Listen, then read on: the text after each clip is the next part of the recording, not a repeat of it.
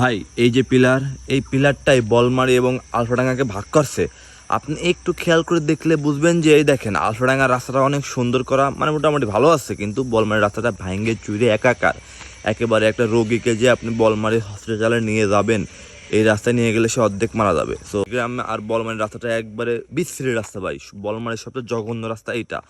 তো বলমারিবাসী সবসময় সকল প্রকার জিনিস থেকে বঞ্চিত হয়েছে। আমি দেখছি বিগত সরকারের আমল থেকে আলফাডাঙ্গাবাসী যতটুকু না প্রিভিলেজ পাইছে, বলমারিবাসী 2 লাখ মানুষের বসবাসের জায়গা হয়েও কোনো প্রিভিলেজ পায় নাই। আপনি খেয়াল করলে দেখবেন যে বলমারিতে কোনো অনার্স কলেজই নাই ভাই।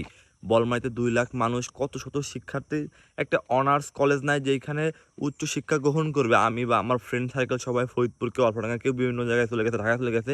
বলমারিতে কোনো উচ্চ শিক্ষাই নাই। কেমনে সম্ভব ভাই? বলমারিবাসী, আপনাদের এখনও সময় আছে, আপনারা এখনই আওয়াজ তুলুন। বলমারিতে অনার্স কলেজ চাই এবং বলমারির সকল দিক থেকে উন্নতি করা চাই, নইলে কিন্তু আমরা আবারও 100 বছর পিছায় যাব।